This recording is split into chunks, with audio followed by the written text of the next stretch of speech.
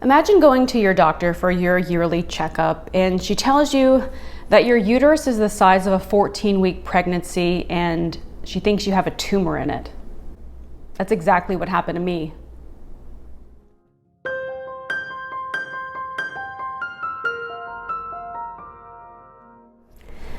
This has been a 3-year journey for me. I've been in 2 states, had 3 different doctors, all to deal with this one fibroid.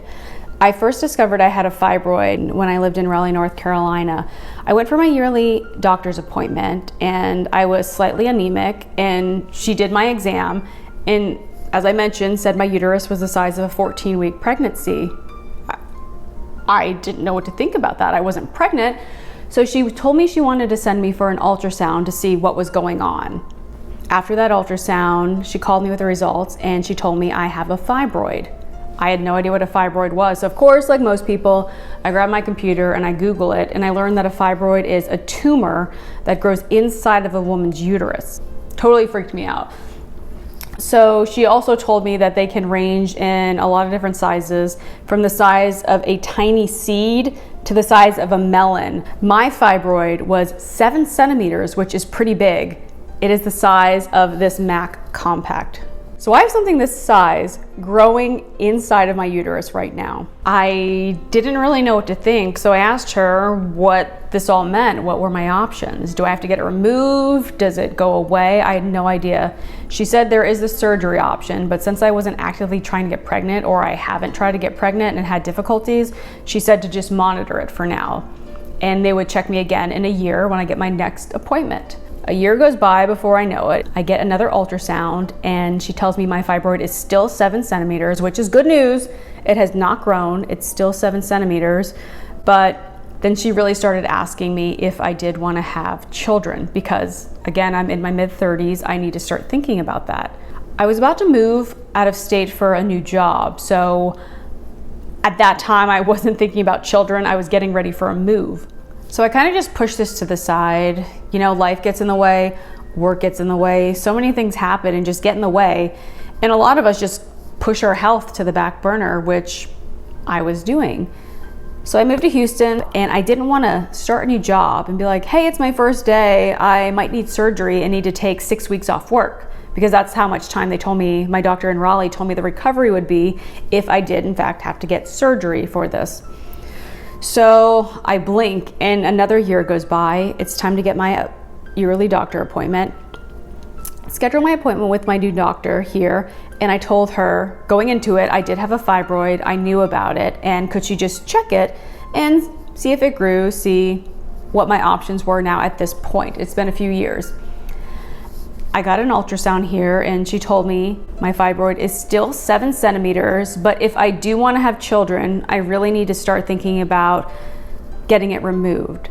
So I went home after that appointment and really thought about it. And I figured it's time. I've been dealing with this thing for about 3 years now. It's really time to take my health and put it in front, put it first. I needed to really do this for myself. So I asked her the different options about surgeries, and she told me she recommended that I get an open myomectomy, which is basically they're giving me a C-section and removing the fibroid, because my fibroid is so big that she wanted to make sure she could get it all out and preserve my uterus. So if I did want to have children, it would be the best option. After telling me her recommendations, my doctor, of course, said you can talk with other doctors and see their opinions or their recommendations on what you should do with this. I've been dealing with this for a few years now, so I've pretty much heard the same thing from each doctor I've spoken to about it.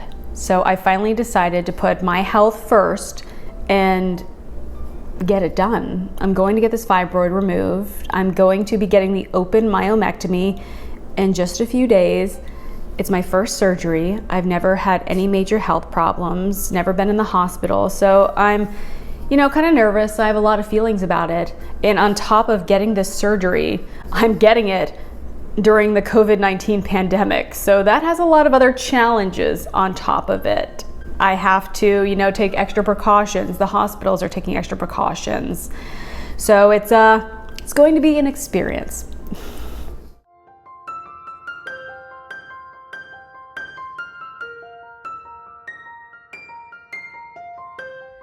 Today's the day for my pre-op appointment for my surgery. It's a really gloomy day here in Houston, as you can see outside. It's been raining all morning. I'm kind of anxious because it's real now. I'm really getting this. I've been putting this surgery off for about 3 years now. I'm gonna go get all my questions answered. And we do have COVID-19 going, so you do have to wear a mask in the hospital, and I do have to get a COVID test.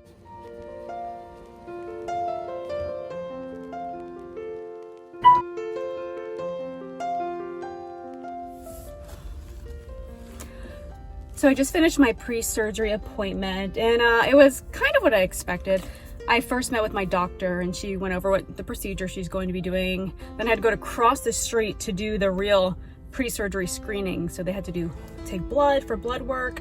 I had to meet with the people, with the anesthesiologist, and I signed a ton of papers. I feel like most of my afternoon was signing papers and consent forms. They also gave me this to drink, which is an Ensure pre-surgery drink. It's a clear carbohydrate drink. I'm a little nervous. My doctor said that's normal to be nervous, but she's done these procedures so many times. She actually showed me pictures of a person she did the procedure on a few weeks ago. So I actually got to see what it looks like. And it's kind of gross, but it did make me feel better.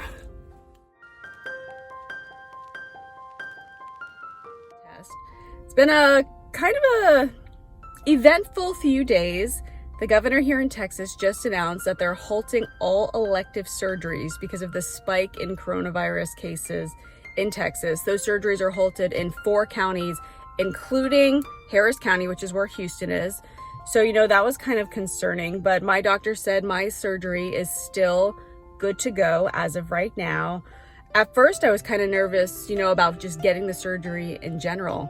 Then I was nervous that they were going to postpone it because of this. But as of right now, my surgery is still scheduled to go, but I do have to go inside and get my COVID test.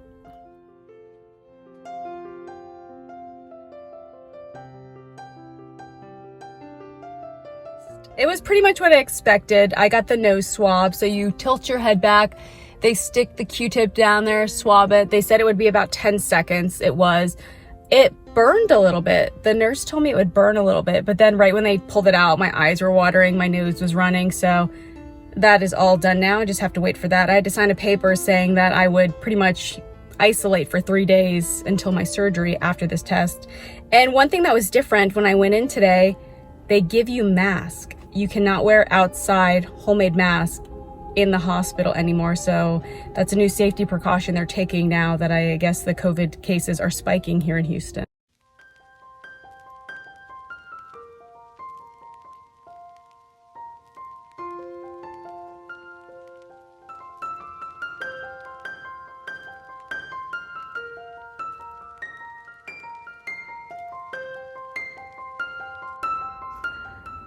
So they just changed the rules now, and because of COVID-19, I cannot have anyone with me. So we just found out I have to be completely alone before surgery and then even when I'm done.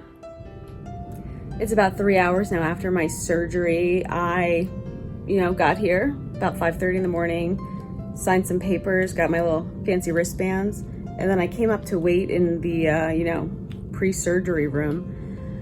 Hung out for a little bit, and then all of my doctor came in, the other nurses who were going to be in the room with her came and talked to me, asked if I had any questions.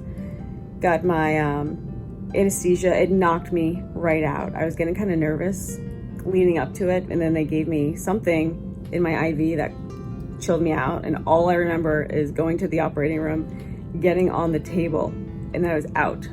I remember nothing. But then when I woke up, I was just really cold. So they were putting heating pads on me. But other than that, I don't feel terrible. I got up and walked around for a second, and I could feel I just had something done. Like, I have the bikini incision. I could kind of feel it, but I think the meds are doing their job because I don't feel awful right now, which I'm very thankful for.